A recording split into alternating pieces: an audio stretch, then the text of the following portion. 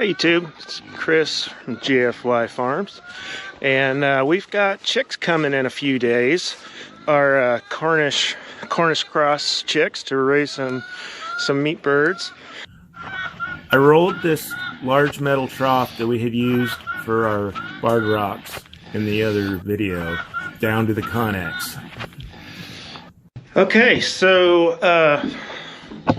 yeah, plan B. That trough was too big for here. It was about 12 inches too big, and I hadn't measured it. Just one of those bright ideas I had. Well, that's not going to work.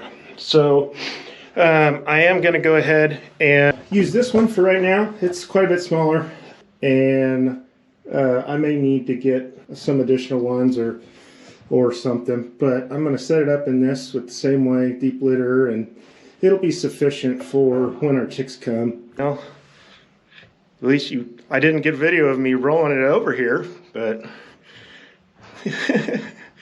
we just have to adapt to things, and I'm not claiming to be an expert on anything. I have raised quite a few chickens in a lot of different ways, but that's what we're doing now. This type of a water trough makes a good brooder.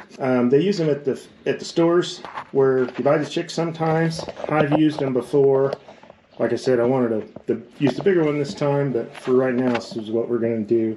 And I'll show you how to set this up. One of the advantages to this style brooder is that the corners are curved. There's not a 90-degree corner in there, so it's harder for them to get stuck in the corners and hurt themselves, get smothered. We're going to, I'm going to show you how to set this up and show you a trick with the heat lamp. But I'm just going to put some of these pellets in, or flakes in here.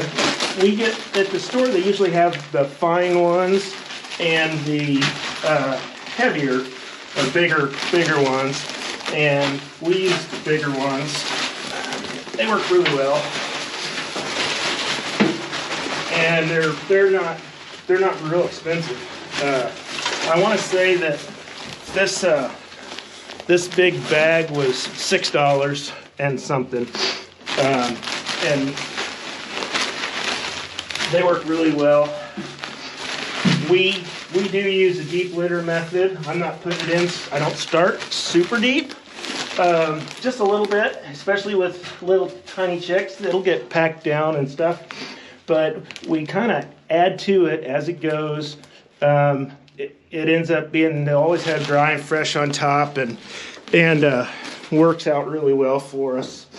I've got a strap here for the heat lamp. Now, these guys are dangerous. They can start fires. I'm not going to have anything flammable.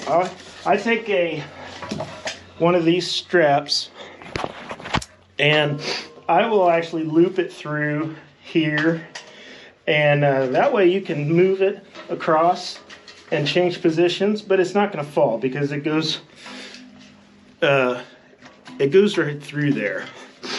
And with this, obviously isn't flammable, but you don't want them against anything flammable, and you don't want them where they can fall down into something, because they are a fire hazard. So just find, if you didn't have obviously a metal shed like this, you can put them across a board or something, but you want to be able to change the height, because as you see, whether the chicks are huddling or they need to be able to get away from it and to get under it. They'll regulate their temperature pretty well if they have enough room to either get under it or get out of it as needed. What I like about this strap is, obviously you can lower it and raise it. It's not going to fall off.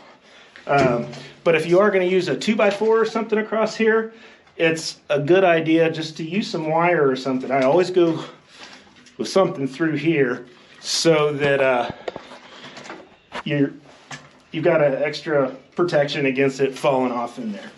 We use these little feeders when they're new, and just put the water in there, and that's an easy, simple brooder. it's going to work well. It is easy to clean. Doesn't make much of a mess. They'll stay in it for quite a while. As they get older, they can fly up to the top. You may, depending on how long you keep them in there, you can put some wire over it or something to keep them in. But that's what we're going to do for right now. And then I'm going to have to come up with plan C when they grow a little bit. There you go. Time for some chicks. We appreciate it. Be sure to like and subscribe. And we'll give you an update on our chicks when they get here. So thanks, guys.